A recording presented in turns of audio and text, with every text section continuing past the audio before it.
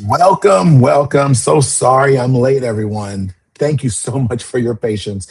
It's been a bit of a learning curve for me, learning about how to live stream and what to click and what to do and all the other things. So glad you're here on a lovely Sunday with us, back for another round of rabbit holes. Makes my pleasure. Welcome, Internet. So go ahead and do all your Internet things like subscribe if this stream and others like it are exactly what you're looking for. So today I'm very excited. We have a lot to discuss. We're going to be discussing Spider Man, Law and Order, and network scheduling. Like, what in the world is happening? What is going on? That's what's really going on. And we're going to discuss it today. I'm very excited. So let's just get right to it. Welcome, everybody. I'm TiVoMike. Welcome to the welcome to the broadcast. Welcome to the broad. What the heck? Welcome to the broadcast. All right. So, Spider Man, brand new day. I saw it. Did you see it? What did you think of Spider Man, brand new day? I mean, talk about anticipation on top of anticipation. We literally had the world forget for a few moments. Wasn't it nice? For a few moments, we all forgot about all the crazy stuff going on in the world, all the back and forth, the dissensions, the jealousies, the anger, the frustrations, the all of it.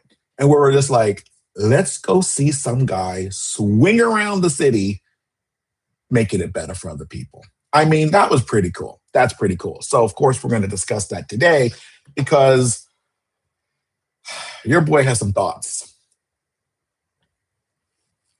Listen, let me first say I liked the movie. It's going to sound like I didn't, but I did. I did enjoy it. In fact, I went with all of you. I saw it Thursday night, when everybody wants to see it before the spoilers get out and everything else. And that goes back to what we were talking about last week when I said we know too much, right? We know who made it, what's going on, who the characters are, what they play, et cetera, et cetera, et cetera. It's just nice to go in. I went in with very minimal information because I didn't want anything spoiled. I just wanted to go in and enjoy the movie. So I saw the 11 p.m. show for a 2.5-hour movie. So that tells you I was really looking forward to this. 11 o'clock on a Thursday night, you're getting the fans, right? Now, you're not getting the biggest fans that you're in attendance with. And tell me if I'm alone in this, guys. Tell me if I'm alone in this. If you're the real fan, you're the clapping at the screen, you're the when a revelation is made on screen, you're that person. You didn't get the 11 o'clock show. You got the very first Thursday premiere. If you had to take the day off of work, you did it.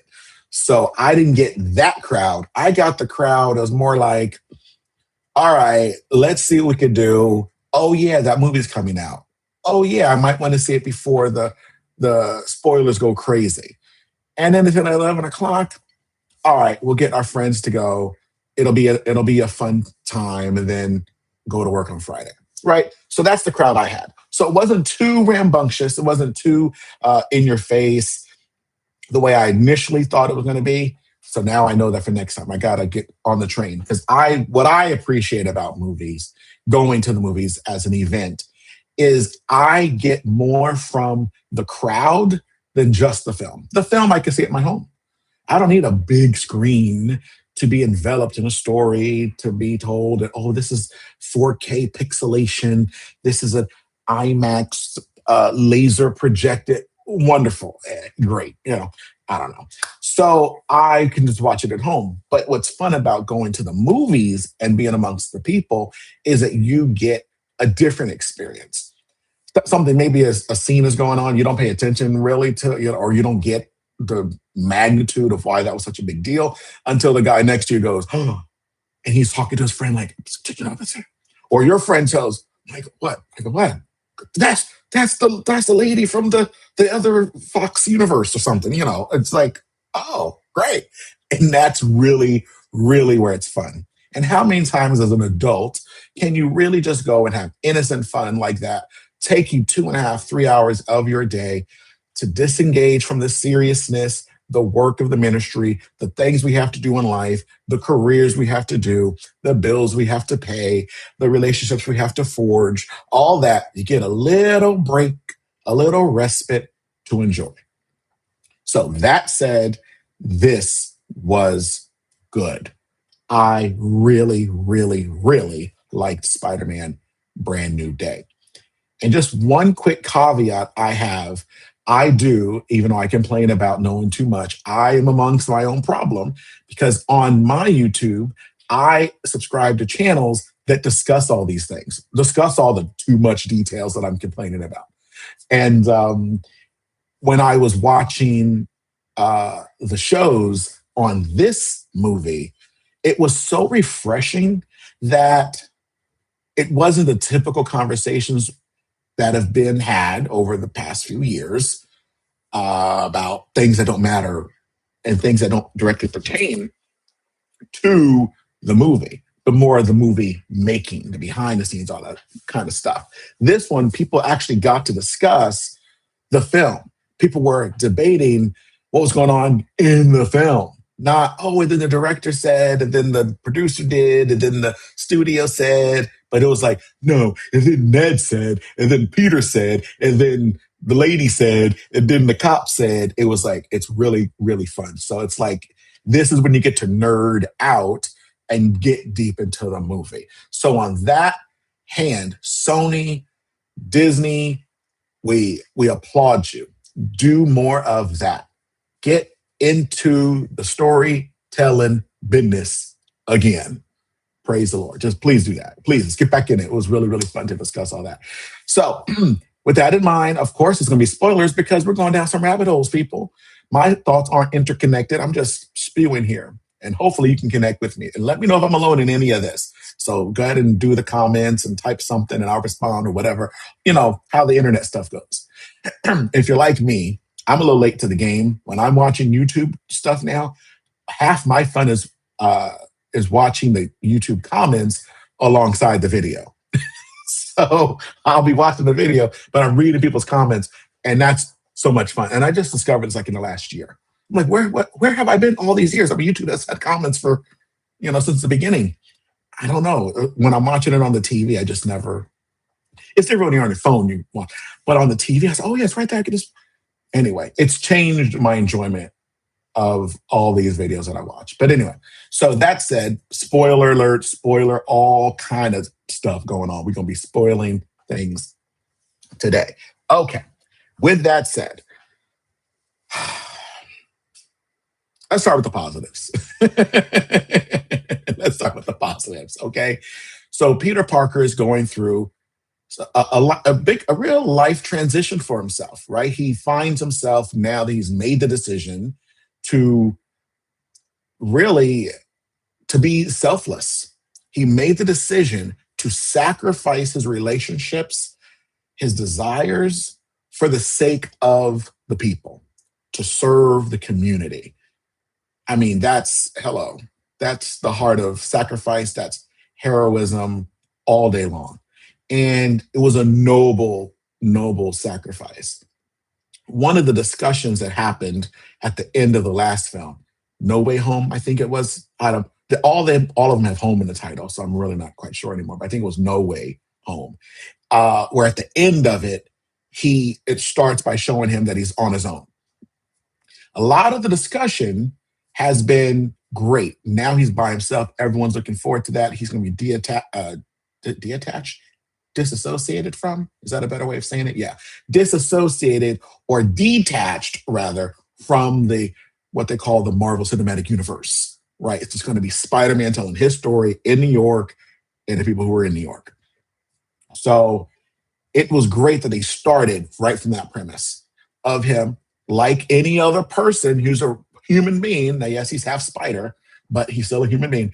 And that's part of the movie. Anyway, so he's a human being. He, of course, misses his friends. He misses his lover. He misses them because he's human. He made the decision, yes, but he still longs for them. And I thought it was so refreshing in a film, especially a big budget action comic book movie, to delve deep onto that. And they spent a lot of screen time on it. They dedicate, I mean, that's, not to go back into we know too much about movies, but to use that much screen time on that subject, that cost some coin in the realm, right? And they did that, and I thought effectively, very effectively, they brought that forth, which makes it really, really cool what they did. Because when he made the decision because it was the right decision. He didn't make the decision because he felt like making that decision. And that is great. You got to see the dichotomy at work in this character that we all have come to know and love, because he wants connection, but specific, not just connection in the sense of connection. He wants his friend. He wants his lover. He wants these people. This is what he had in his life and took it for granted and enjoyed it. And then being a hero, and then them knowing he's the hero. So he's no longer having to lie to them and all the other things.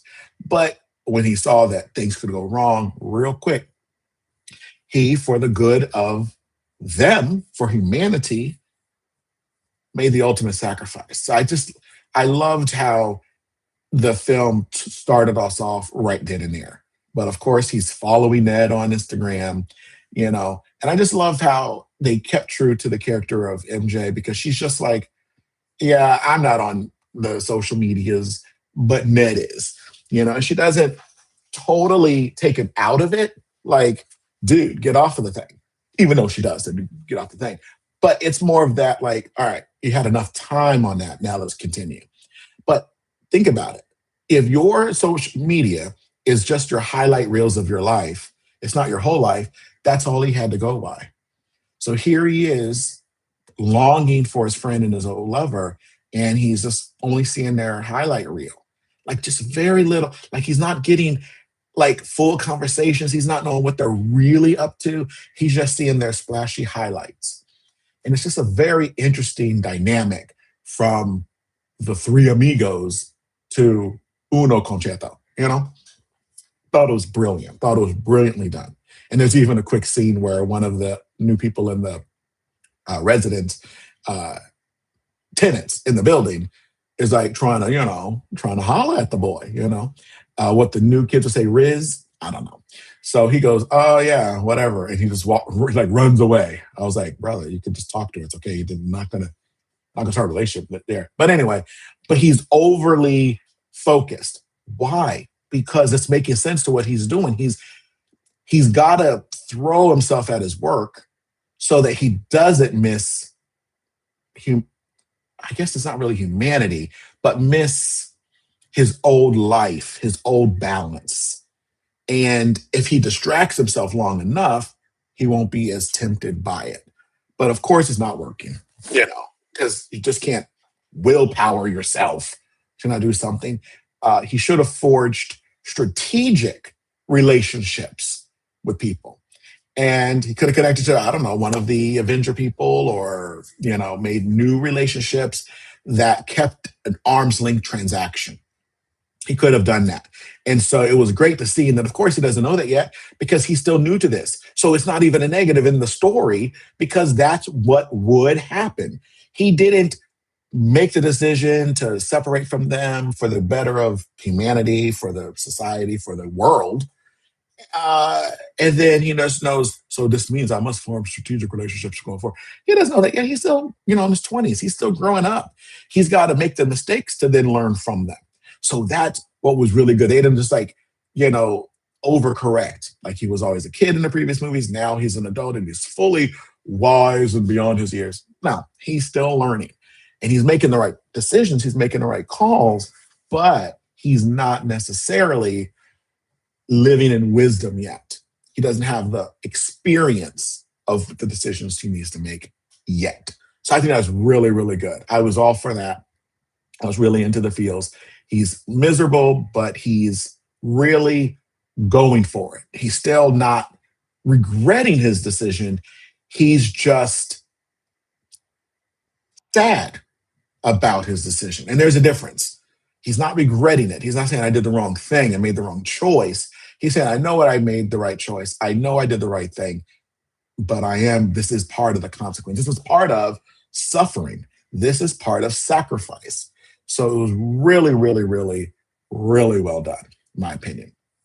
So now there's actually a part of the movie where at the beginning that it kind of mirrored the Thunderbolts film.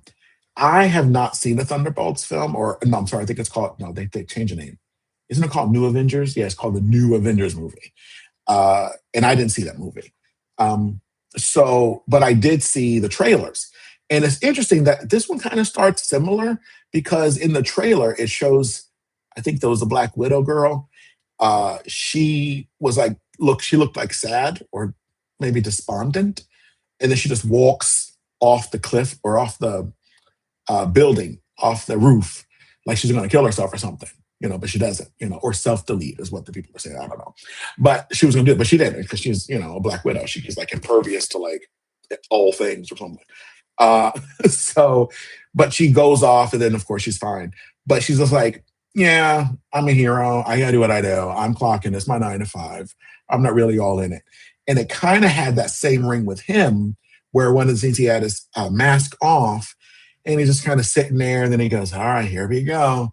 And he puts his mask on and just goes right to it, So I thought it was kind of interesting that they're showing like maybe there's a trend of this is where all of these heroes are. They're all on the same path or they're on the same part of the journey at the same time. It's what's going to maybe tie them all together, that they're all at the point of we've accepted our decision to be heroes, but we're not yet at a place where we're at peace with it. We know we made the right decision, but we're not at peace. We're still sad, and we're still discovering what the wise thing to do would be and all of that.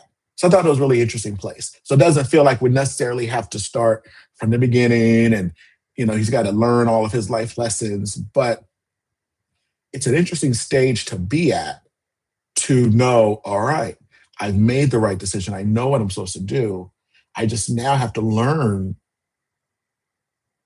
to be at peace while also finding out, is my despondency or is my sadness, is it a alert? Is it a red flag that I made the right decision partially? Or is this an indication I made the correct decision and I just need to be at peace with it? Because you don't always quite know which one it is when you feel uneasy about a decision you've made. You've made the right decision at the time, and then you're like, well, hold on, why am I still feeling this way? I think the time had passed like 5 years or however many years away from the decision. Does this mean that I didn't really make the right decision? Is that what that emotion is telling me? Or is that emotion just simply saying, yeah, the decision you made was really sad? So he goes for that quite a bit. So he's going over the characters. I think it's Scorpion, and then there's another person he went after to save the day about. I can't remember. But he goes off and he's like doing regular schmegular things, And again, more of the big spoiler alerts, because I don't know her character name besides that. One of the villains is Jean Grey in the movie. But we're not understanding it at the time because we're just seeing people respond weird, like they're being possessed when Spider-Man is after, justice, really. So you're like, somebody's controlling them, but you don't really quite know what's going on. Well, it turns out it's Jean Grey.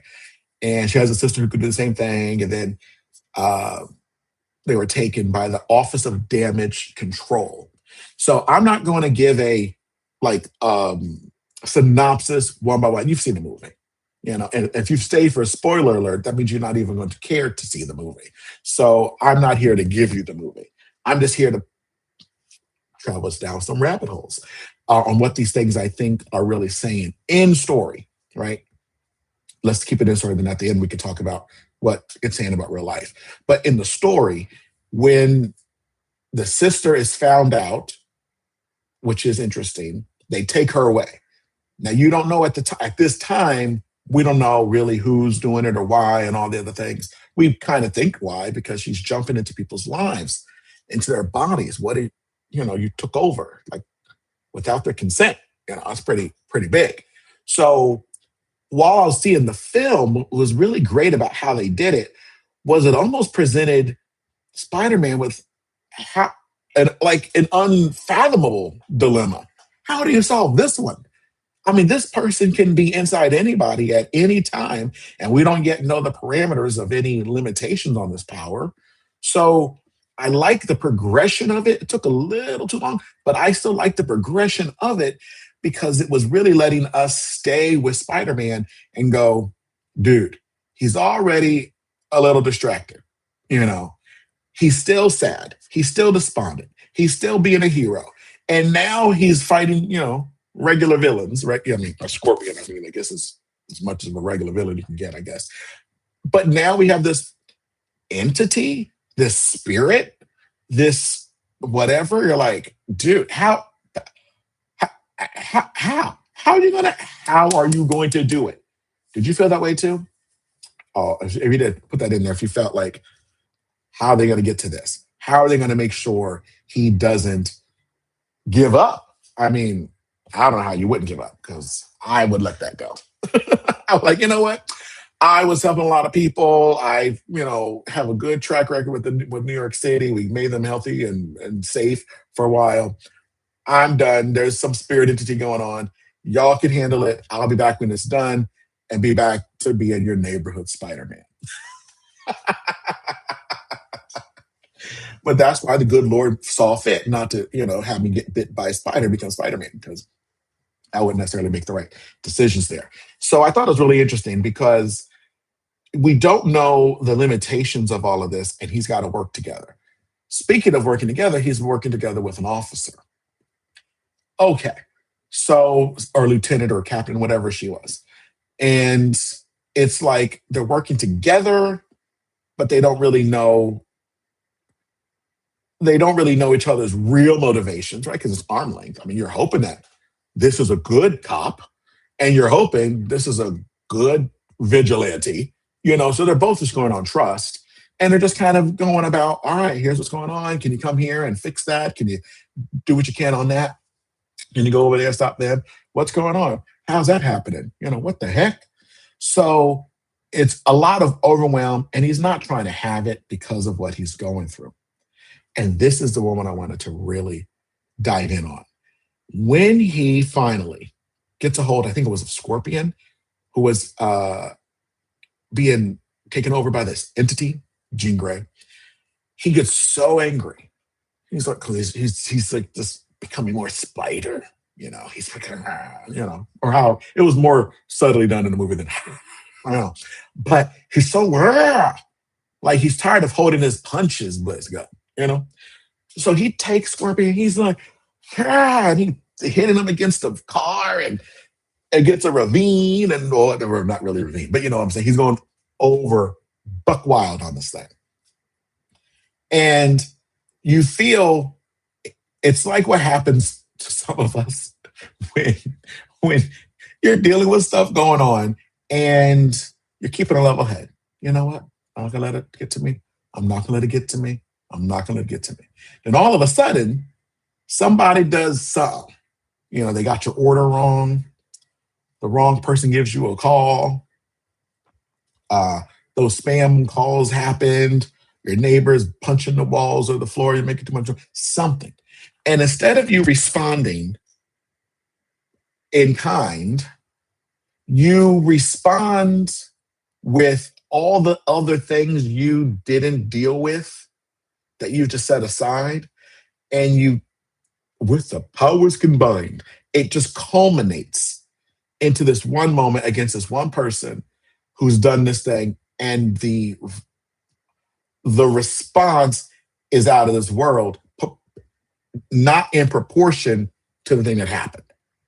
I think we all discover and know that feeling.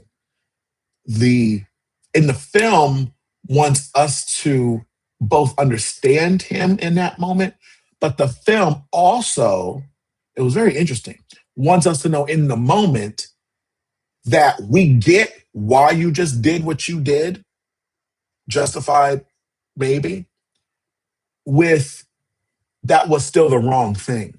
It really made us sit, at least the film was attempted to do that, getting us to sit with this. Peter Parker, Spider-Man, is in this moment. He's had enough. of all this BS going on with jumping into people's bodies or whatever, and you trying to come against me and all this stuff, and I done kept my distance from my friends and all this stuff, and now you're going to try to hurt the city. So he's had enough. So you're like, all right. So on one hand, you're like, yeah, Spider-Man, get him. But then when he is throwing the guy around, he's not so careful, and of course he hits a police car, causing someone else's injury. And it sits with that. Like, it doesn't just like, oh, the car flipped over, then the scene moves on.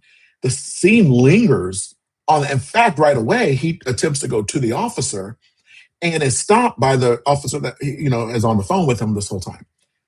It's like, no, go away. But something's wrong with you. Go get your stuff together. Go. Like, they really, it's only a quick scene, but it felt like 15 minutes of them really getting this moment down, this moment to get this moment across to the audience. That's what I'm trying to say. Where he is doing the right thing. He's Spider-Man. He's had enough. He's frustrated. And he's taking it out, again, on a bad guy, right? Granted, the bad guy is taken over by another bad guy, so is it really the bad guy's issue? But I don't know. So he's taking out on a bad guy. Hey, no harm there, but it causes potential harm to an innocent person. And it's a very interesting scene because you feel both ways, or at least it's a film trying to get you to do that, where you're like, wait a minute, I'm okay with what he did. And then, but it is the wrong thing to do. You're almost not allowed to lose control. You're not allowed to become frustrated and act out on the frustration. There's a difference between feeling your feels and behaving heroically. And you can do both. A hero can have those feelings, but what makes them, larger than life, what makes them, what makes the hero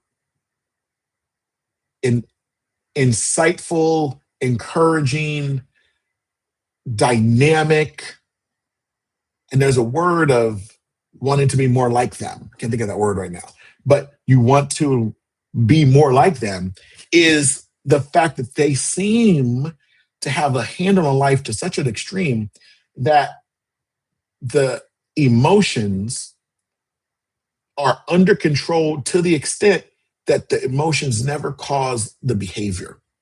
It always gets like filtered through, for lack of a better way to say it, a filter or a translation to get to what the hero does, right? The hero sacrifices his life for the people. A hero doesn't unleash on the bad guy when it's not warranted or if it's out of proportion. Those are different than you and I, the regular folks. So it was a really great moment. And I liked it. It didn't just simply treat people's lives as a number in the movie. It was like, oh, yeah, he throws the car around. 4 people are there. He knocks a building down. There must have been 1,000 people in that building. And like, it didn't cheapen people's lives in the film. Everything had weight. So when, oh my gosh. So by the time the movie really picks up and there's more action going on, more inherent dangers, you're more on the edge of your seat because the film has done a great job at portraying each life significantly. So you're not just seeing like a sea of, dots going, oh yeah, 1,000 people got wiped away. You're like, no, that's 1,000 people that got locked away. So really, really good there. That's really it for just the pure positives. The other things are more mixed. The other people, the Punisher, Hulk, Jean Grey, Aunt May in his head giving him more guidance, and then giving more guidance to Jean Grey. And the Office of Damage Control. Those, I got some good and some negatives there. Because, on one hand, Spider-Man, Peter Parker, going to another hero for help. Oh, and Elena, or Yelena, whatever her Black Widow name is. I'm going to put that purely in a negative.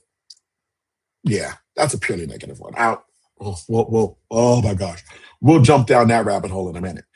So I like that in these films, he tends to go to these people. He went to Doctor Strange last time, and you know, that was interesting. This time he goes to Professor Banner, I think he is now. He's a professor, and he's got a thing. So part of the reason I like, but this is a mixture of good and bad, is I haven't watched many of these films in the past few years, so I may be off, but I do remember that in was it Endgame, the Hulk and Dr. Banner became one, where he was in green monster, but intellectualized. He was like eating at a diner as the Hulk. And that was the last I saw of him. So now I'm like, oh, I thought he hit. It feels like you keep saying that this character has it figured out. But then each movie is like, it's a whole new, like they're not connected. Like it's not so I don't know. Because now he has a inhibitor on his arm that keeps him from being a Hulk. Well, first off, you had an inhibitor. Why didn't you have it the whole time? And then that doesn't make sense because the movie that I liked the most years ago, the original Avengers film, was when Tony Stark says to him, "Oh, this is a good time for for the Hulk. Time to get angry." And he goes, "That's my secret, Tony. I'm always angry." Or whatever. You're like, yeah. So hold on. If he can control it, why the inhibitor? I don't know. It's just a little bit. I know the science of this movie and stuff. A little too much of the science. Okay, let's just move on beyond inhibitors and DNA and let's just get to the movie, right? Because it was like you slowed it down because now I'm like, Dr. Banner is interesting. To me, the character of Dr. Banner, the human, was interesting in Avengers because there he had this hate toward Hulk because, of course, Hulk can just smash, Yeah, this dude has hurt his life, right? So he was more coming to terms with maybe there's a good use for it, which is why he tells Peter in this movie, well, how do you know before you go off and start changing your DNA? How do you know which one will be good or bad? While he's saying that, which makes sense, he's like, he's saying, at least think about it. How are you going to know? What's the good DNA? What's the bad DNA? But he's saying that while he's got an inhibitor on. So are you saying now that the Hulk is all bad? And like it's not so in story, what I say, like the verisimilitude, you're not catching consistency. So it's not quite taking you out of the film, but it is getting you to think, as some mentors sometimes may do, is they'll give you advice for thee, but not for me, right? That's what I felt was going on there. That's why I said it's not a negative and it's not yet a positive. It's more of that middle ground where I can wrestle with it within the film. Because that one scene really does say a lot before it goes off the deep end later. But it's an interesting dynamic because obviously Peter's going through that. He's becoming more spider because he's becoming less man. And why is that? And obviously us, the audience, we don't quite know yet. But as the story was going on within those first 35 minutes, we're learning, oh, well, it's tied to the stress, the anxiety, the anger, the depression, the sadness, and keeping human connection far from him. It would make sense then the spider would take over more than the man. You're not the spider, and you're not the man, you're the Spider-Man. Right? So you need to find that balance. You need to find out the role. And something I always talk about in my own life is reverse engineering. So you start with the end in mind, right? Where are you trying to go? And then work backwards. And then it's easier. So it needs to do in this moment, that's why I kept like in my mind, I was like, telepathically sitting at the Peter Parker Spider-Man. I was like, dude, Find out what you want first. You're all over the place because you really don't know what you want yet. Find what it is you want. What's the mission? What's the call? Then work backwards. Because I'm sure once you finally get that in crystal clear focus, it's not going to be to not have any friends. That ain't going to be it. Because you're always going to be able to hurt people. Because here's the thing, which never makes sense to these types of hero stories. The being disconnected from uh, any kind of having any kind of life, right? Is they go, well, you're putting a person in danger. No, you're not. The hero, and this is where I can contend again in the comments below. Tell me if you agree or disagree, because you're allowed to disagree. You're allowed to be wrong. Uh, but a hero cares about everybody anyway, and by the whole idea of being a hero means people are now more at risk. It's very interesting because in The Dark Knight, a movie that I love and I rewatch all the time, there's a scene where Alfred is talking to Bruce and he is saying, well, now it's getting like it's escalating, right? The crime, the factors and all this. And he says something to the effect of, well, yeah, you've cleaned up the streets, everything. So now you've made them really, what was the phrase? They used them, they became very, oh my gosh, I'm losing my words, but desperate. I think that was another term, but you made them like very desperate. You've choked all the profit out of being a criminal. That's basically what he said. They got to find a new line of work. They're not going to do that. So in their haste, they turned to a guy they didn't quite understand, the Joker, right? Who was not on their side. And when you have escalating criminals, he had to ask himself, did I cause that? Now, he conveniently forgets Batman Begins, where the whole city was, oh my God. Like, there was no good, right? It was like one little goodness somewhere. It's like, sheesh. So, but he took it all like, oh, this is my fault. Because, yes, once you introduce a hero to the story, you introduce a villain. Or the villain becomes more obvious. They go from being subtle to really showing up, right? That's what it does. You introduce the hero, the villain appears.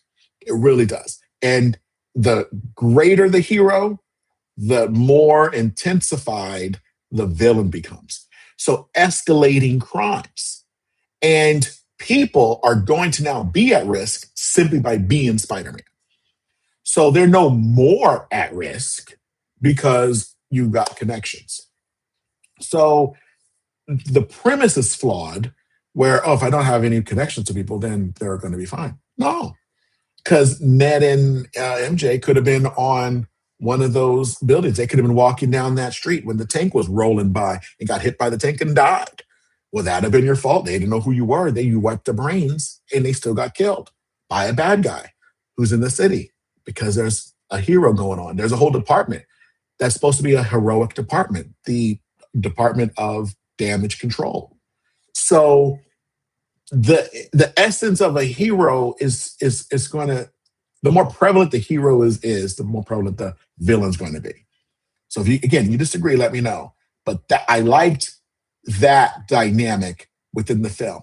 But this is also why it's a negative, because none of the villains were the villains.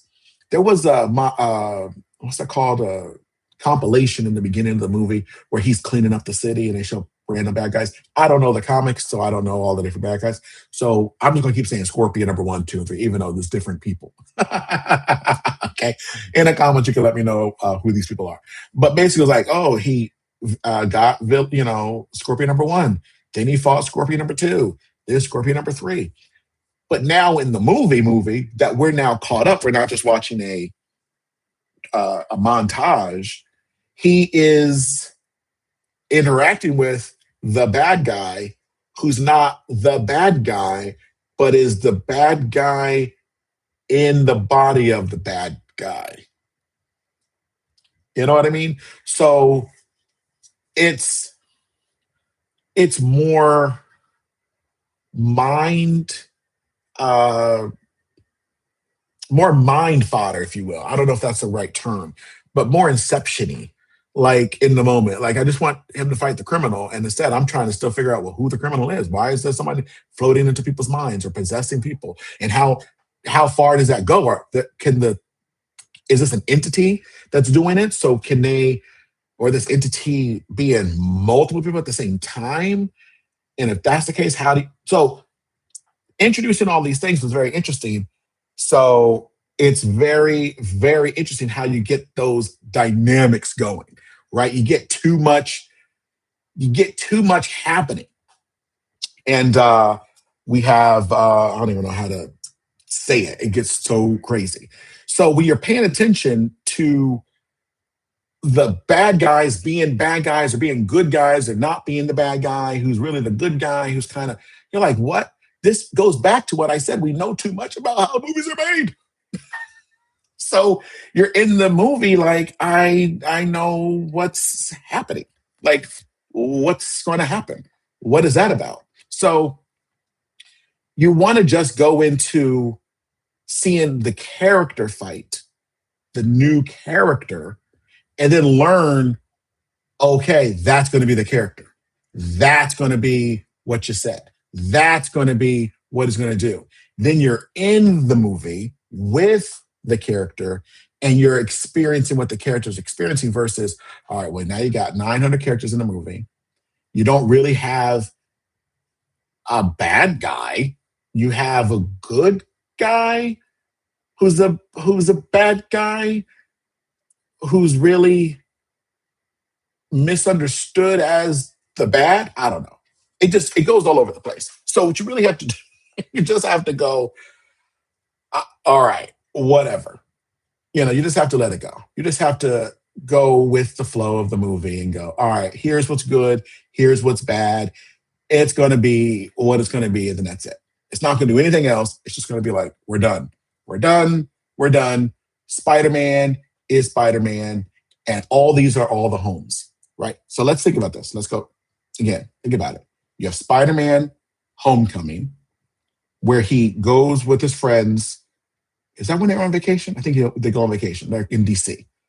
But he's just as much about keeping the secret as he is about being a hero, right? Then in Far From Home, hope I'm getting this right. Far From Home is when he goes to Europe. And again, half the movie is, I'm spending just as much time being a hero as being with my friends. And then now we have Never Home. Never Home. That's when all the people are there, right? The three Spider-Mans all together, right? So every movie keeps being, oh, I'm a hero, but I'm also trying to connect with my decision to be human too. But then now all these new characters that come in, they all have the same battle. Like I said, I didn't see Thunderbolts, but it seems to be the same. She didn't want to be the hero, but she is the hero. You got to come to it. Hulk doesn't want to be a hero, but he is the hero. He's trying to figure out. Everybody. I'm like, can people just find out what they are and go do it? And then just let the chips fall where they may? Can that be what we do? Right? Think about it. Can we just end it there? Can we, like you have, let the fight, let the story be the decision was made and now we go forward. And now we're dealing with all the consequences. And then we can also, figure out, was that the right decision? Was it not a good decision? Was that stupid? Was that great? Was, are you in the wrong?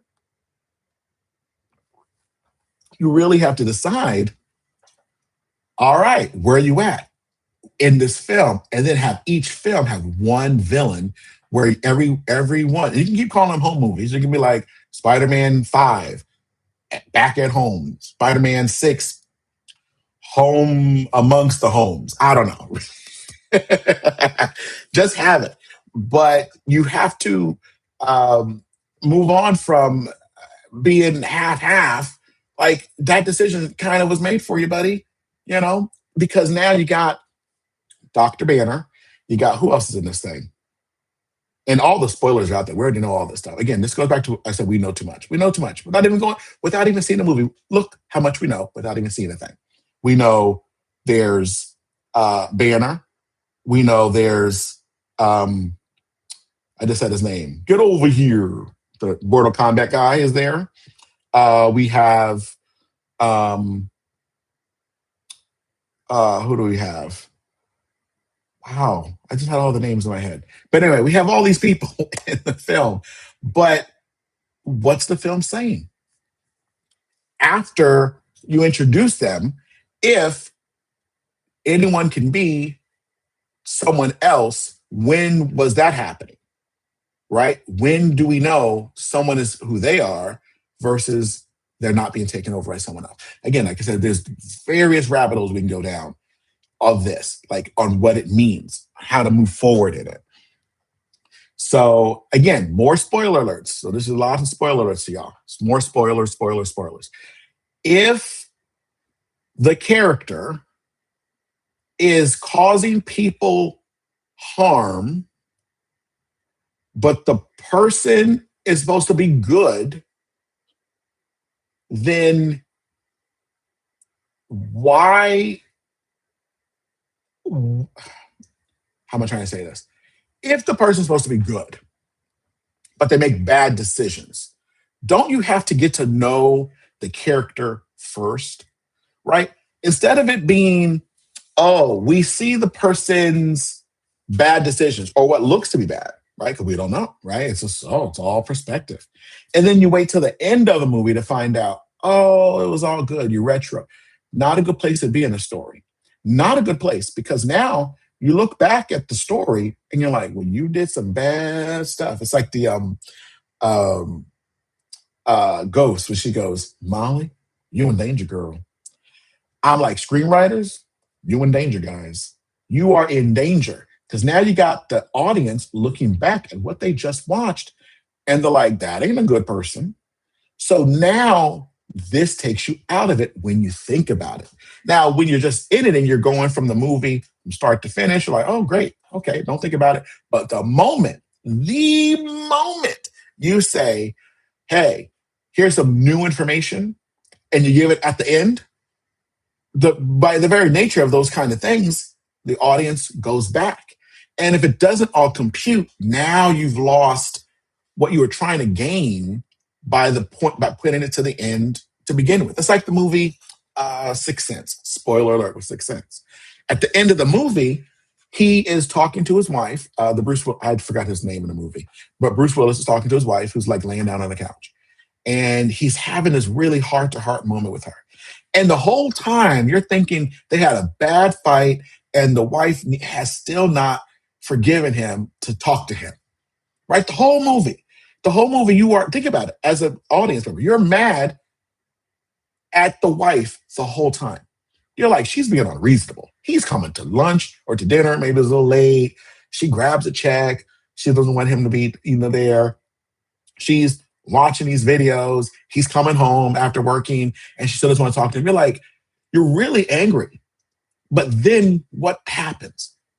The character who he's been helping the kid come to terms with his special powers and accepting it and moving from fear to like takes it on and understands the sacrifice that'll be involved. He learns, oh, I'm one of those ghosts myself. I'm not really alive. And you're like, whoa. I mean, it's a stunner. So what do you do as an audience? What is so wild? So the scene, it does a quick montage of the scenes that we remembered, and you're like, oh, that makes so much sense. Because the story brought up the same moments the audience was there for originally, that we're now, would take us out of the movie if they had anything going on for those few minutes, because we're, even without those scenes, would be entering those scenes in our mind. But wait a minute, how about the dinner? And how about wait, what? Like we will be like Miranda on Mrs. Doubtfire. What, the whole time? You were the whole time? You were the whole time? You know? So we're having that moment. So the film is smart to say, hey, let's show you the real of all the things you saw now with this knowledge. Well, let's have this revelatory moment together. And because it fits, you're like, oh, and then you do maybe you rewatch it again, but you don't have to because you just had those moments relived in the movie. And you're like, oh, okay, there's a whole other level of what was going on, but it doesn't detract from anything. For you to do that as a movie, you've got to make sure there's no plot holes. You have to make sure that the story makes sense both ways if you're going to wait till the end to do the reveal. And once you do a reveal at the end, after we've already made our conclusions, we've already made up our minds, it's dangerous unless you are really going to have to look back and put the pieces together without it missing anything. If that doesn't happen, you ain't going to know jack poo. And you're going to mess up the longevity, the classicness, the masterpiece cinema of a film. Because you're going to go, well, hold on. If this is now the case, then this now doesn't make sense. It only made sense the first way up until the reveal. Now it doesn't make sense in the past. Again, if I'm wrong, let me know if y'all don't agree. Because you know what I mean? It just doesn't, you're gonna fall apart with that. You're gonna fall apart with that. And again, so another spoiler alert, and I shouldn't be watching these things. Why am I watching all the things when I just complained to everybody last week? We know too much about movies before we go and see them, and then the movies are ruined, right? So what did I learn? Well, what's her face? Black Widow's in the movie. Why? Why? Why are you in the movie? This is called Spider-Man, not Black Widow. You know what this reminds me of? Reminds me of another rabbit hole. Reminds me of, I know everyone who reads these comics are really excited to watch their heroes and their stories get brought to the big screen. But the rest of us who are seeing these movies, we watch the movies instead of the comics because comics seem a little too much, right? It's like on this page, there's 4 people battling 4 different things all at one time. And it's probably very interesting, makes a whole bunch of sense. But in the story, we're like, we don't need that many people. Like, I want the movie to be the singular focus of a movie. I don't want the movie itself to be the commercial to another movie. And you know, whether we've seen it or not, we know that's exactly what Disney's doing lately with their movies. We know, hey, why go see it? Why go see anything? Because what they're going to do is just going to use the movie to promote another movie. And I might as well just wait till whatever movie they finally want us to go watch. Let's just wait and let's all just go see that one. Because everything else is just going to be, well, this upon this upon this. Anyway, we go on forever with this. That's the meaning of going down these rabbit holes of me complaining that we know too much, and then myself watch things, let things be ruined. Movies are ruined, TV shows are ruined, and then I'm here like, how come I don't watch TV and movies? Probably because everything gets ruined. But back to this decision making of putting these characters in the film, but they're not themselves. You run the risk of, you don't want to trick the audience, is really the bigger lesson here. Yeah, that's really the issue. Don't trick your audience. Because after a while, what will happen is people will just stop. I mean, Marvel has seen this in the last few years. People have stopped seeing their movies. And they've been good movies. People that have seen them, the people that do go, say they've been good. So why is a lot of people not going? Because they've realized that Disney's been tricking people. Well, we're going to put this character in the movie. Like, oh, great, it's going to be a character. And then that character doesn't act like their character. You're like, well, that's not how that character is. They go, no, it's our interpretation of the character. It's how this character would be in this one. Or it is like the comic book, because remember in the comic, they did this one version of it, 80 years ago, and it once had the character moving left and right instead of up and down, and that's what we did. So people just kind of go, you put one thing on your marketing, and then when I go see it, I get another thing. Don't trick us, right? Just bring it forward. And if you're not going to have, or if you do know the character is going to be a different version than you've recognized, And we know this in marketing on the trailers. You give us too much information, go ahead and just put a little bit more information in the trailer and say, by the way, here's the character, but in the next quick scene on the montage of the trailer, show the character doing something totally different than how the character would be portrayed. So we know, that's a different version of that character. Like, you have to live that way. Otherwise, you're not going to see it. You're not going to go and do it. So that's that rabbit hole. Now, guys, I am learning this thing. So let me know if that blessed you. All right. How do I do this? Forgive me, y'all. I am learning how to do all this. This takes us to dun dun dun, Law and Order. And again, this is rabbit holes, guys, where we don't talk about the movie or the TV show as much as we talk about my interconnected, crazy thoughts, and you travel down with me on the rabbit holes. So that's what we get. Don't let it bother you. All right. And now, how do I get back to me? How do I get back to me? I don't want it on you anymore. You had enough of that. No. How does this happen? Hold on. Stop sharing. All right. Aha. I'm learning this. All right. So, Law and Order. So we're not really going to discuss, just like we didn't discuss the other thing, Law and Order. And this happened because I was having a conversation with my best friend, and we were talking about a lot of things. When we talk, we're on the phone for several hours. So we literally go down the rabbit holes of all this life and everything all the time anyway. So we're discussing Law and Order. Now, whether you've seen Law and Order or Law and Order Special Victims Unit, doesn't really matter because you're aware of it. They've been on for 30-something seasons or whatever, both ones, and you pretty much know the premise. Criminals get investigated by the detectives, and then they go to court, and then they get prosecuted or let go. Now, we were discussing this, and I forgot what caused us to start the conversation. Oh, it's because organized crime, spoiler alert, is being canceled.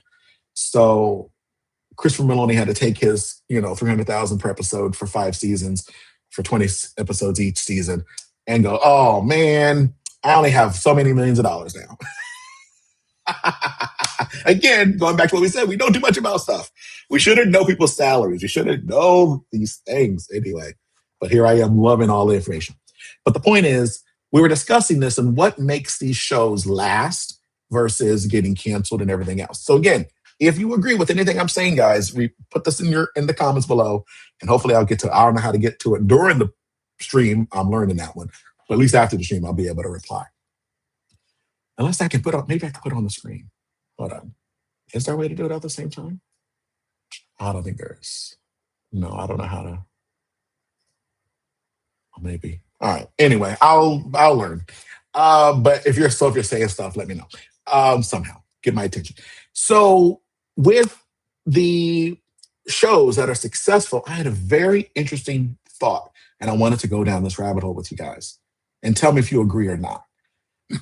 There are really 2 types. Every series, no matter if it's on network television, if it's on a streaming service, and now we have hundreds of them, there's 2 basic types of a show. There's the edgy, new, experience, limited series show, right? This new thing. And there's what I call comfort TV, okay? And to oversimplify it, this is obviously not true in every case, but comfort TV is really network television. And the edgy TV is more streaming and cable channels. Again, overly simplified because there's also Medea TV shows on cable. Obviously, that's more comfort than edgy. You know what I mean? So tell me if you guys agree with those 2 basic parameters. And the reason I think this is very fascinating is because it doesn't really matter. Think about all the shows that had, back in the day when episodes or seasons were 20, 26 episodes, hour long every year. That's 13 movies a year these network TV people would produce, 13 films, right? filming in 2 hours. So, all right, I got a text from my mom. Okay, sorry. So you have, hold on, how should, oh, because I put it on Do Not Disturb, but my mama is on the list to break through. My mama is my mama. All right, anyway, so you have these shows that lasted seasons and seasons and seasons and seasons. Now we mostly get a show that's great, and then you might get maybe a second season. And if you are blessed to get the second, you might get the third. And I talked to you guys last week about the show, oh my gosh, No Good Nick, and how that one I got really irritated with that they canceled, right? Because again, marketing and the way they did it and all these other things, we know too much about how the sausage is made. But with Law and Order, it's very interesting. Because we were talking about it last night. Was Law and Order regular and Law and Order Special Victims Unit? They fall into the category of comfort TV. Now you're like, huh, really? Special Victims Unit's comfort? Yes, because what makes a comfort TV show isn't necessarily what's happening, but the arcs of the show is comforting. It's settled. And again, I'm going to go back to using another example from The Dark Knight.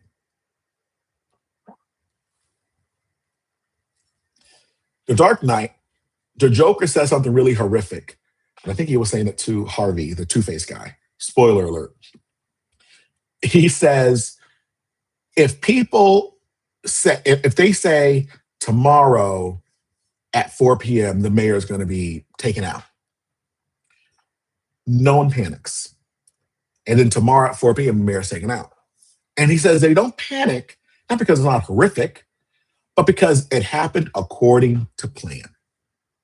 But the same scenario, you say, some random person may just end up gone tomorrow, every hour on the hour. Now people panic. Because what's the plan? We don't know who's going to be taken out, what time, everything's random, and they lose their minds, right? He says, oh my God, they lose their minds, in a cool way. So what happens with TV, it's the same.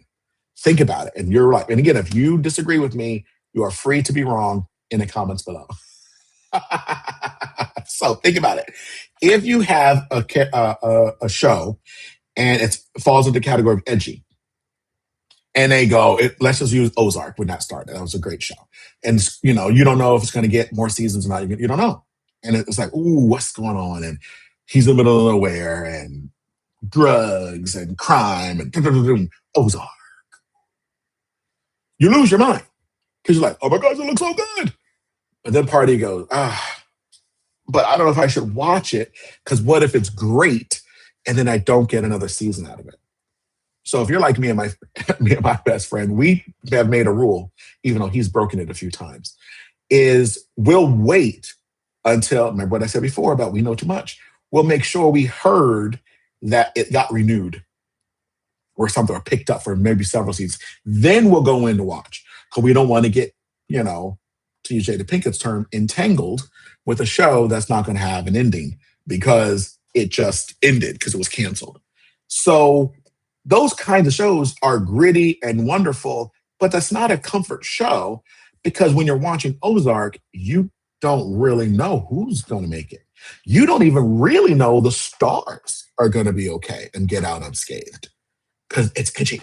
Ooh, it didn't get happen. Ooh, But with a comfort show, even a comfort show about death, Murder, She Wrote, Law and Order Special Victims Unit, Matlock, Perry Mason, Columbo.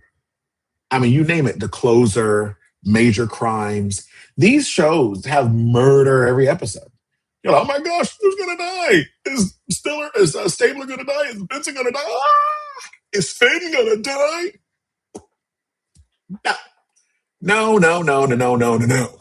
Spoiler alert, not even Amanda Rollins, who, again, we know too much about what's going on. We know how the sausage is made. When she originally was leaving SVU, the fans, we knew that. We're like, oh my gosh, she's going to be leaving the show. And then you're like, oh, is she going to be killed? We knew not going to kill a character because she's still a star of the show. No one's going to be killed. in the show because they are the stars. And so this falls under comfort TV. And it's not less of an intriguing story versus a story of the edgy fare. It's just different. And most people, this is my assertion, want comfort. They just want to turn something on and then follow these characters, get to know them over time, and then have a story. Like even like the NCIS shows. I don't watch them, but there's one, they have like 5 different NCIS, spinoffs. And one of them, NCIS Los Angeles, I think. It's with he was Robin and thing. Chris O'Donnell. I think that's his name. And the rapper, Cool J, is in it. So Robin and Jay ain't gonna die. So when they're in the line of fire and they're going and they're exchanging bullet fire, you're like, totally good, totally cool. It's totally nice. They're gonna live.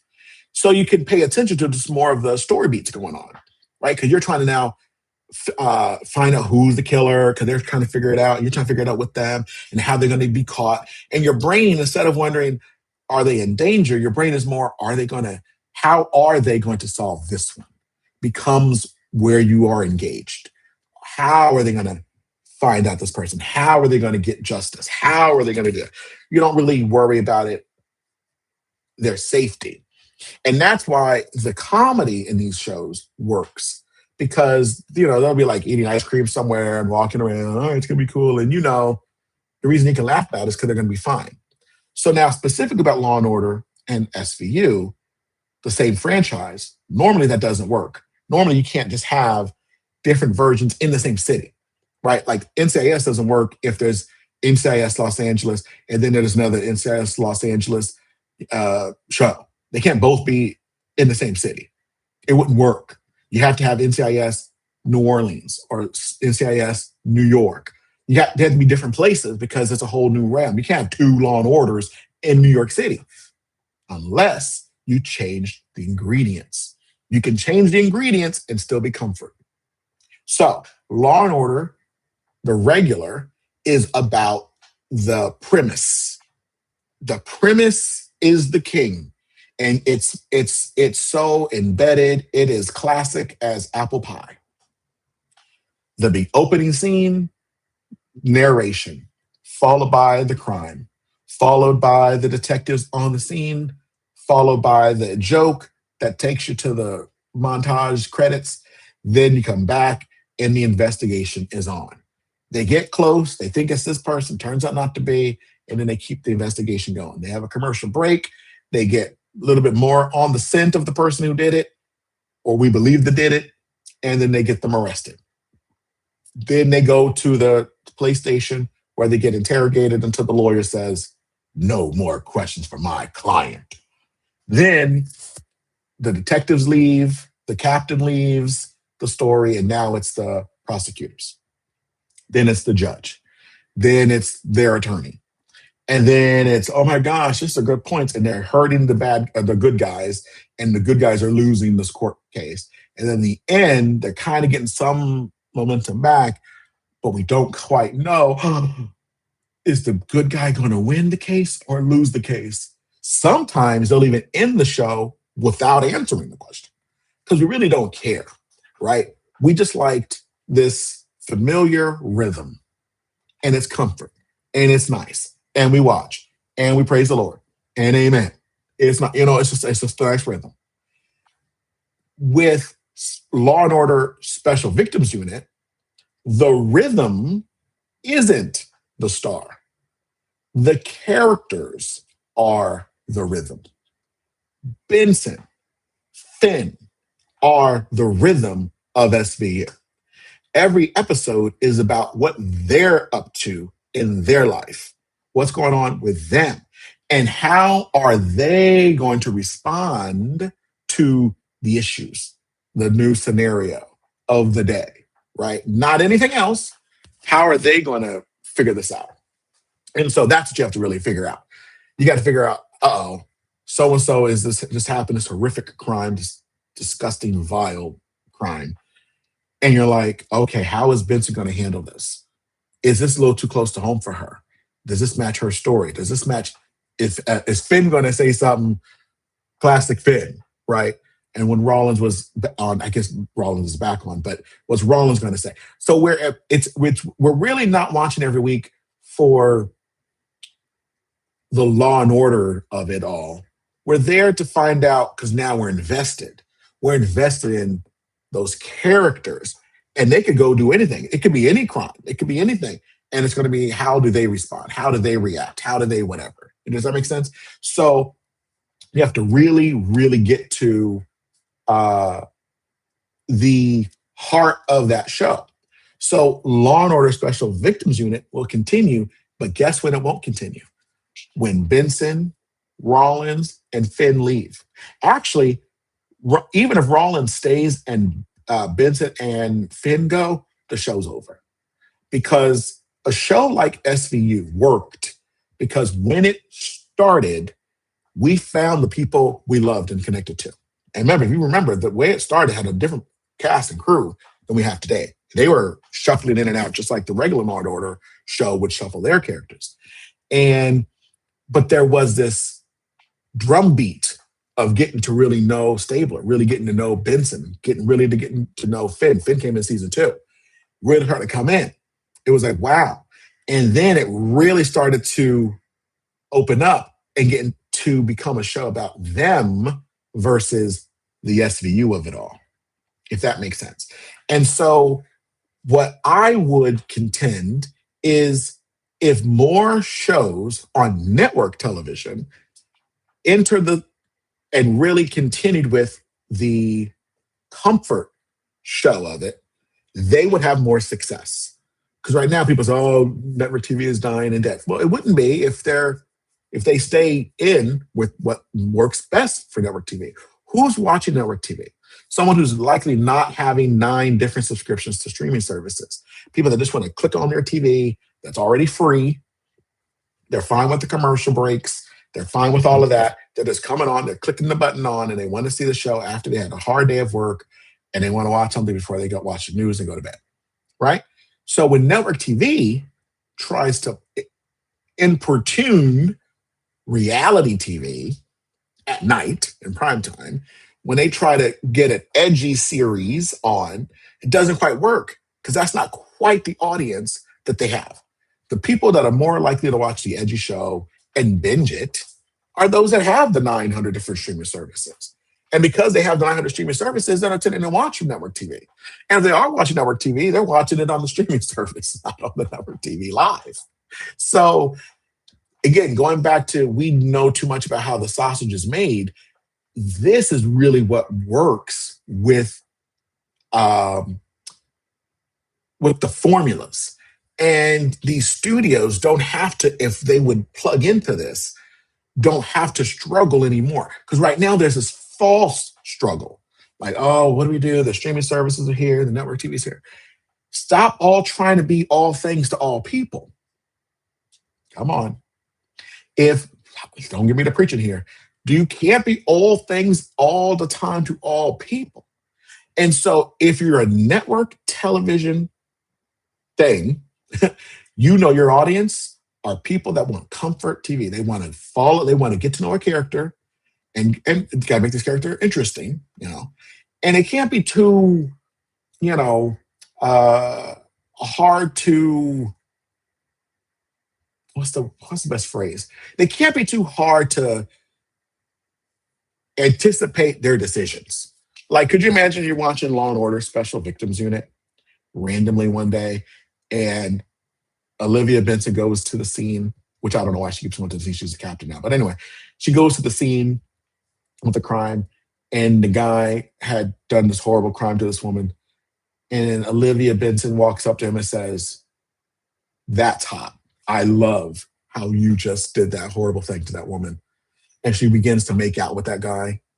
And then at the end of the episode, she marries him. Could you see the problem with that?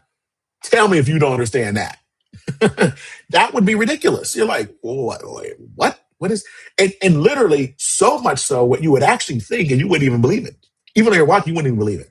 You'd be waiting for the next episode for it to be Olivia's twin sister or something, the evil twin.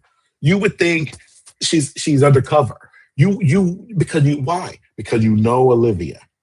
She's consistent. You know, like you can predict what Olivia's next thing is going to be before she does.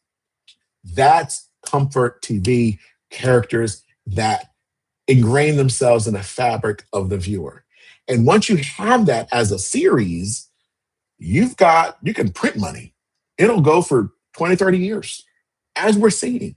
People want that. They don't want something new and fresh and, and very, gritty. And, what's going to happen to Olivia this time? Is she going to fall off a ravine and die? Like, you wouldn't watch them. I'm like, what? No, Olivia, she needs to live for everything. There's not any danger there. She's not a danger girl. She's not Molly. That's good. Oh, that's a good way to start saying that's my new expression. She's not a Molly. I'm so good at use that. She's not Molly. But Law and Order is different. Same thing. It is a comfort food, but we don't know the characters. We don't really know them like that. We know them on the surface. Remember Jerry Orbach? All we knew about him, we didn't know, much of his backstory. I'm going to let you really were paying attention, but no one really did. You just kind of knew he's a smart aleck. He's more, there's a term for that. He's more callous. Like he's no longer shocked by crime and dead bodies. He's over it. So when the episode begins and he goes to the crime scene and he sees the body, he makes a joke. He's like, well, that guy's not going to make his appointment. And then it's over, right? You're like, oh, okay. But that's it. You don't really kind of know anything else. But you notice if he doesn't say that, if he doesn't make a joke before it goes to break, you feel something's wrong. But that one was more the formula was the comfort. The formula itself was the Benson and the Stabler in the Law and Order franchise, if you know what I'm saying. It's the formula of they're going to see the crime, they're going to investigate the crime, then they're going to prosecute the criminal. Then they're either going to win or lose. That's what I like. It's the same thing. It's comfort. I can put it on. I know what's going to happen. We're good. Good. We know what's going to happen. We're good. And you can go on for 30 seasons doing it. What happened with Law and Order, the regular show? Why it went off the air for a while? They started to change the formula. You can't do that. People don't like change. So you can't change the formula and go, well, now Law and Order is going to be like Law and Order Special Victims Unit, where the characters are going to be the star. We're going to know their intentions. We're going to know their backstory. We're going to know their. That's SVU. Now, if you wanted to do another SVU somewhere else, or another like you could do Law and Order SVU Los Angeles. There you go. Knock it out. Or Law and Order Dallas. And you can make a new show, but you can't take the existing show and change it. And that's where the comfort TV comes in, because this is why it works. People like steadiness. Could you imagine if you went and sat in your chair and then it collapsed, and then someone gave you a new chair and you went to go sit in it and it collapsed? Then you went to the store to buy another chair and you sat in it. You would have a phobia of chairs. Well, that's what happens with streaming services. You turn on the show. You're like, oh, this is a great show. You're like, oh, this is going to be great. Okay, wait, can't wait to come back in 2 years, because I watched all 8 episodes in 2 days, and now I got to wait 2 years for season 2. And then you get like a year and a half, on, and then there's an announcement. Oh, the show is canceled. You're like, doggone it. So now you watch another show. And you're like, oh, this is a really great show. And then at the end of it, it's horrible, right? They do something really bad with it. They took a left and they should have made a right. You're like, that don't even make no sense. That show gets a season 2. So then you watch season 2, you're like, oh, they fixed it. Oh, this is great. You're like, now you're into it. I can't wait for season 3. And you find out, oh, it's canceled. So people have a phobia with the streaming shows. So what has to happen is you have to know your audience, right? If you know you're going to be an edgy show, then know that's all you want is edginess. But now you have to market it that way and do what you can as a streaming service provider to make sure if you're after money, again, this is only working if you're after money. If you want consistency, do the same thing network TV does, just for your audience. They want something streaming. You can just go off the rails. You can just have something crazy happen, but you also want money. So, and I know this is going to go against everybody's feelings. So if you disagree with me, put it in the comments. Do you think that I'm right here? That what would have to happen is the streaming service can't put out the 8 episodes all at one time. You can't. Now you're like, oh, people love it. They love binging. No, we don't. We've got lives. We are tired. We don't want to binge. And you know we don't want to binge because you, streaming services, keep asking us when we are binging, hey, are you still there? You know that. So no, we're not still there. Leave us alone. We want to watch one episode and come back next week. So sprinkle the 8 episodes over 2 months. Now you've got a people paying for the plan for 2 months. Now you only need 6 shows, right? Because you got the whole year now with that. You just now you need to only fund 6 shows versus having to do, because let's say people binge only on a weekend. Now you got to binge, or you got to produce 4 8-hour shows every month. That's a lot. Or every week, excuse me. No, every month. Yeah, every month. You got to do 4 of those times 8. That means you got to produce 32 episodes of 4 different television series for the whole year. That's crazy. That's crazy. And that's what's costing so much money. And then people are not going to make, you're not going to make your money. And then you don't know what's going to make it to the next season because you're like, well, the ratings weren't there. Well, the ratings aren't there. The ratings aren't there because you binge it. And you can binge it anytime, not at a time. So what markers are you going by? Well, we checked the ratings at the time the show aired. You mean on a random Friday at midnight? And you were shocked the world didn't tune in at midnight on Friday? Like, what? So that takes us actually to my, oh, I'm so excited about this. Can I get there? Let's see if I can do it. Oh, look at me getting all, no! I don't think I can do it anymore. Did I lose it? I did lose it. Hold on. This takes me to my solution for the streaming people and to the viewers. Hope I'm right. I don't think I'm right. Hold on. All right. I tell you guys, they make it seem so easy. All right. Well, it's okay. It's not going to work. I was basically going to pull up this. I know what to do. I was just going to pull up something to show y'all the screen. This is going to be, this is going to be so ghetto.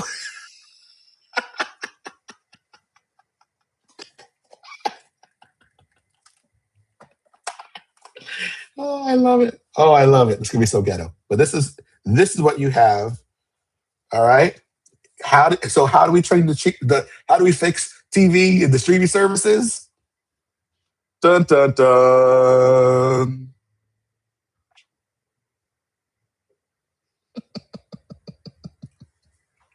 You build your dream TV network yourself.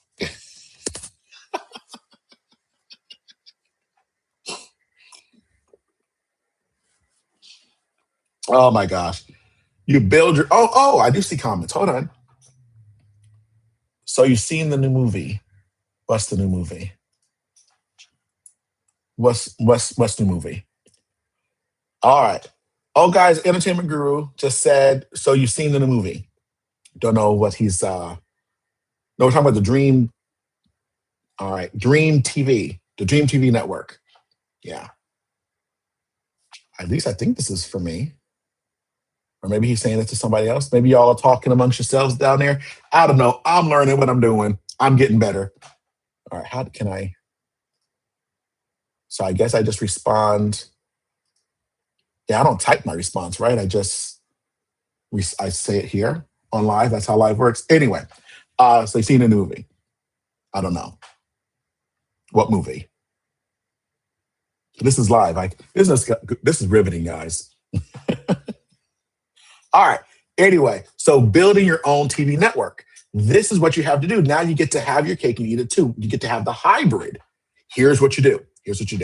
You have your streaming shows that you want to watch, and you create the network model of a schedule.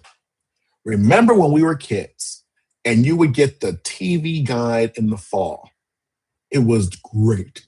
It was all the new shows, all the new things coming up this season. And the TV landscape went from September to May. Had a break for Thanksgiving, and then a big break for Christmas, New Year's. And then spring break was probably like a week or two. And then it continued and then the summers off. Summers were like, watch the reruns, you get caught up. So we can live that way again with your streaming services and even with your network TV. Now, this doesn't help the streaming service people because they still are looking for the viewers. With streaming and with people going with their, what's the best way to say it? Going with their ratings for like the first 72-hour period. That doesn't really work anymore because it's not like, oh, everyone's watching this new show, which means that's good. It just means you happen to catch people at the right time that they said, oh, we'll all watch this, because it's like a movie where it's like an event. You're going to watch it together. But that's not how most people watch most TV. Most people watch TV with a schedule in mind. Now, the new people don't know about this because, they grew up in today's world. But that's where the success was. That's where all the hundreds of millions and the billions of dollars were that made everybody millionaires.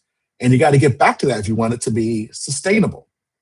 In fact, one of the things, the rabbit hole, was that the Disney investors are saying, we actually don't like Disney Plus. We want you to get rid of it and get back to like licensing it to other people making the money, because it's not earning them any money. They've lost nothing but money on it. Disney Plus has not been successful.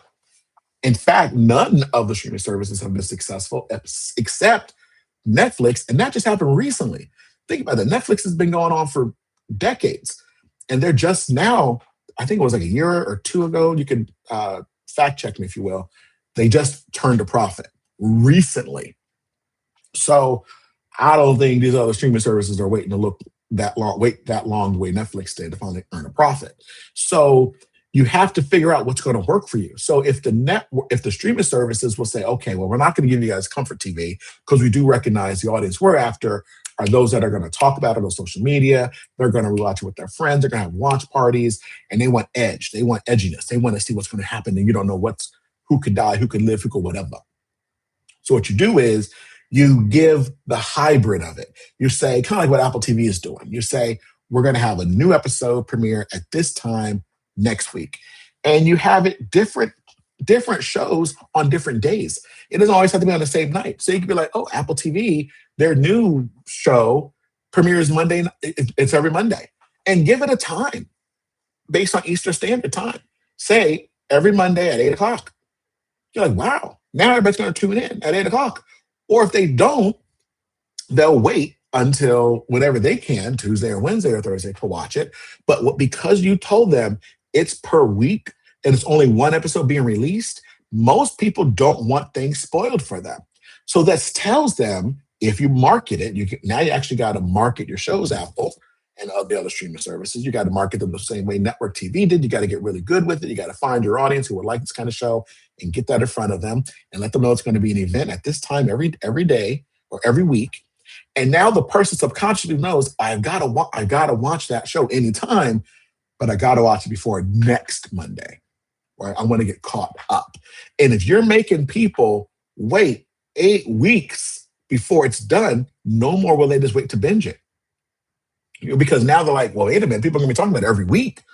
And I don't want to, yeah, I got to get caught up on it. And here's the sneaky thing that I've noticed in my own life is that have you ever had the time when you've looked at something to watch on TV? You turned on your Peacock, your Netflix, your whatever, and you spent 1, 2, even 3 hours looking for something to watch? Looking. And what did you do? You're like, how did I spend so much time? Because you watched all the little trailer clips of each one. You know, oh, that's kind of neat. And then you look at the thing about it, you go, oh, maybe I'll see. No. And you just, so you've watched, you don't know what to see. And you've wasted all that time. Well, this eliminates that because you're going, oh, it's a brand new show that's coming out. It's going to be once a week for 8 weeks. I want to watch it. No one's going to say to them, so let me wait 2 months before I watch it. No one, especially if it's promoted tonight's new episode. The way it worked for network TV, you have to have some type of hybrid. Now, the reason I'm designing this myself and saying I'm going to do my own network is because what I'm planning on doing is I'm making my own schedule. And maybe I'll show it. I'll put it in the comments. I don't know if you can do that out of a picture of it, but I can't take it off the wall right now. But basically, put on the wall your own schedule, just like you were a network CEO, right? Or the network president. And you're like, all right, here we go, guys. What are you going to do Sundays, Mondays, Tuesdays? Or is there going to be a night where there's nothing new on? And make your own show. Because so many of us have so many things on our watch list. We have too much stuff. In fact, my best friend and I have a podcast we recorded. It's going to be released later this year, where it's basically helping you figure out what's worthy of your watch. And we go through the stuff and we're going to talk about the shows. And we say, hey, you should watch the show. It gets our thumbs up. We're like Cisco and Ebert here, 2 thumbs up. And what's going to happen is even that show, which is designed to help you all and to serve our audience, you're still going to be like, well, what in the heck? How am I going to get a chance to watch all these shows? You create your own schedule, just like a network president. You make your own schedule. You say, you know what I'm going to do? Every Sunday night at 9, I'm going to watch XYZ. Just one episode. That's it. I know the whole catalog is already on Netflix. I know there's 13 episodes. I don't care. It's going to be 13 weeks. And now you created a time where you show up for that. Because what happens during the day, if you're like me, is you have work, you have school, whatever it is, you get back home, you're relaxed, you're just want to chill, and then you're looking for something to watch. But because you're going to turn most likely to streaming, the streaming has like 9 episodes on it. And you're like, I don't know. Even though you know you could just stop watching after one episode, you know the way they end these things. It ends like, oh my gosh, you got to keep watching. So you kind of already know that. So you're like, oh, I don't really have, it's already 7 o'clock. I don't have time to watch 9 hours of a show. I got to work tomorrow. I'll watch something else. And so you're looking for something else to watch. Or you end up watching the show you've already watched a million times. You already watch an old sitcom. I can't tell you how many times I've rewatched Frasier, Boy Meets World, Home Improvement, Cheers. I've already seen these shows. But it's like, well, these are quick 20-minute episodes. I can just watch 1 or watch 2 and it'd be done. Or watching YouTube a lot lately, watching people discuss too much about movies and TV shows, the behind the scenes of it all, to the point where I watch it without even watching it. So that's what I end up doing. So you got, or some weird stuff. Like I've been watching these people that will be like giving people haircuts, and it's called ASMR haircuts. And they'll just have the clippers and they'll be like cutting the people's hair, like right here. And that noise when you're getting your haircut, and it's like making that noise. And it's like this comfort, like you could fall asleep when you're getting your own haircut, which I actually need to do myself. When you get your haircut, you're watching someone else get their haircut, and you're like, I fell asleep. I was watching the haircut. Like, what? Why am I watching that instead of the 29,000 shows that are still on my watch list? Oh, I'm telling you, it's too much. So this will be the solution. I think I've solved the problem. So if that's true for you, if this helps you, please put that in the comments. And that's worth a like. If I gave you a great idea, you're like, yeah, I can make it for myself. I get home at 5 o'clock. I'm going to eat dinner. I'm eating dinner from 5:30 to 6:30. I'm going to watch XYZ. I'm going to watch that every Tuesday. And maybe you don't have something every single night. maybe go, all right, it's just Sunday and Thursdays. I'm going to watch a different show and make them different shows, right? Don't make them the same show because then it's like homework. Make its own show like it's actually a TV network. So my TV network will be the TiVoMike network. And now I'm watching what I'm watching. So right now on Sundays, today, I watch one episode each week of Silo. And that makes it helpful. I can get through the Silo. And again, it is a slow season. And again, I do not mind a slow burn of a show, but this takes it to another level. In fact, my best friend, if he's still on in here, the entertainment guru, follow him on Twitter, y'all, or X, whatever it's called. He is still mad at me. He won't let it go. So talk to him in the comments, help him let it go. Tell him he needs to move on. He needs to forgive so that God may forgive him. Okay? Where I didn't even recommend a show. I didn't recommend a show. I said I had heard there's a great show called The Path. And this was years ago. And this man took that and ran with it and turned on and watched The Path. And apparently it was horrible. Apparently it was a really slow show. He came back. It was horrible. How did you like that show? And I go, I haven't seen it yet. He goes, you told me it was a good show. I go, I said the people said that I heard that it was a good show. I didn't. He is still mad. So, I hope he forgives me.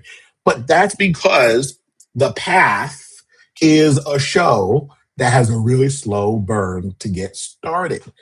I have not been willing to go and actually watch a show for myself because he really didn't like it. And if he really didn't like it, I'm probably not going to like it at all.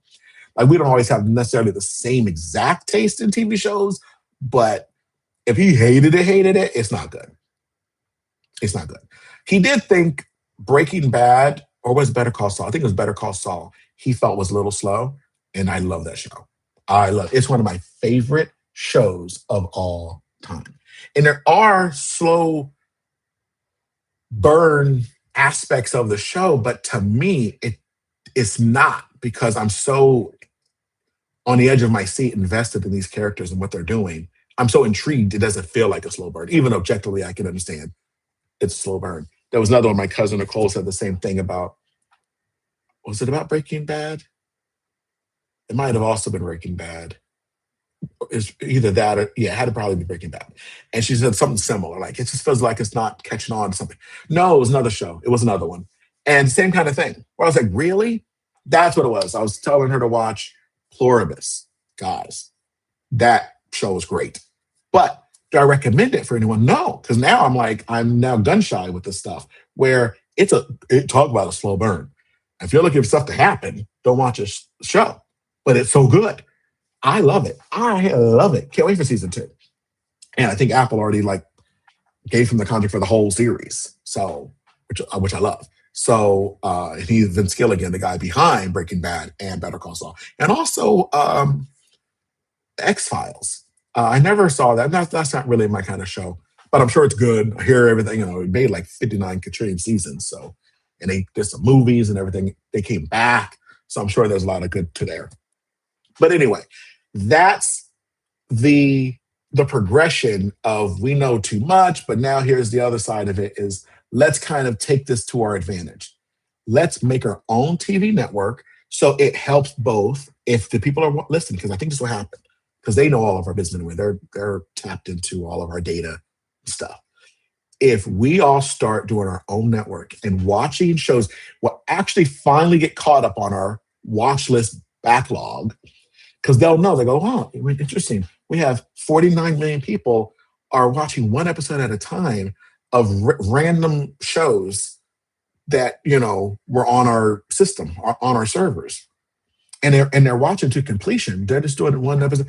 That tells their data, oh, this is a method. This is, people do want it. People may say, we want to binge, but it actually does make sense. People do want to wait another week to see the show, to see the rest, especially if they know that by doing so, more people are inclined to watch at the time that the streaming service data is looking at to see it being watched. Will then greenlight another season, because the binging model isn't quite doing it for so many of us, because there's so many people that go, Why start watching the show if it's going to not get a season 2 or season 3? So this helps both us and them. But in the meantime, it just helps us. Let's help us. Let's help ourselves first. And then after we help ourselves, wouldn't that be interesting? Is if we, throughout this series, all the single people that are watching, the individuals, the ones and ones of people that are watching my stream live, if we all start to make that change. Deep cut. If we do that, we may change the industry for the better. It doesn't need to be one or the other. Wouldn't that be wild? And then maybe all these things can start breaking down. The costs come down. It doesn't need to keep increasing. They don't charge us for TV ads and then charge even more if you want to get rid of the TV ad. That's another rabbit hole and everything. We're going to end it here. You know what I mean? Like, that's what's so wild about it. So if we know what was good about the past, let's bring it into the future. Let's make our own TV network. So mine most likely is, for now, is just Sundays. So my network only airs once a week. Sunday nights, I watch Silo. There are quite a few new other shows I got to start watching, and I think my plan is to get it to Thursdays, nothing on Saturday, and Tuesday. So probably Sunday, Tuesdays, and Thursdays. Nothing Monday, Wednesdays, or Saturday. And then Friday will be a movie. It'll be a movie night. It's almost like remember when HBO would do their feature presentation. So Friday's a movie, Sunday, Tuesday, Thursday is a television show. That's good, right? And so we can all kind of share what our new network will be. So I think that'll really be helpful. I think it'll bless us. So again, that was our discussion. We talked about quite a few things, went down a few rabbit holes. Let me know what you like the best about it. Comment, like, subscribe, do all the YouTube algorithm kind of things, and let me know, because I think we're really onto something. I think I really did help. Okay, maybe I'm a little too dramatic here, but I think I just saved an industry. I think I just saved the streaming industry, right? Think about it. They have to spend all that money on marketing every show, and they got to market it for, like, you got to watch it like now, like all right now, like it's all or nothing. Where network has all year to get you to watch the new episode. They only have to market it at each episode. Imagine what they would save if they would market episodes. You know what I'm saying? Not the show episodes. That was also another great series, Matt LeBlanc. But I think I saved the industry. I really did. Wow. Anyway, that's something to think about. So thank you for coming down with me on today's streaming. And remember, don't be afraid to going down a few rabbit holes. See you next Sunday.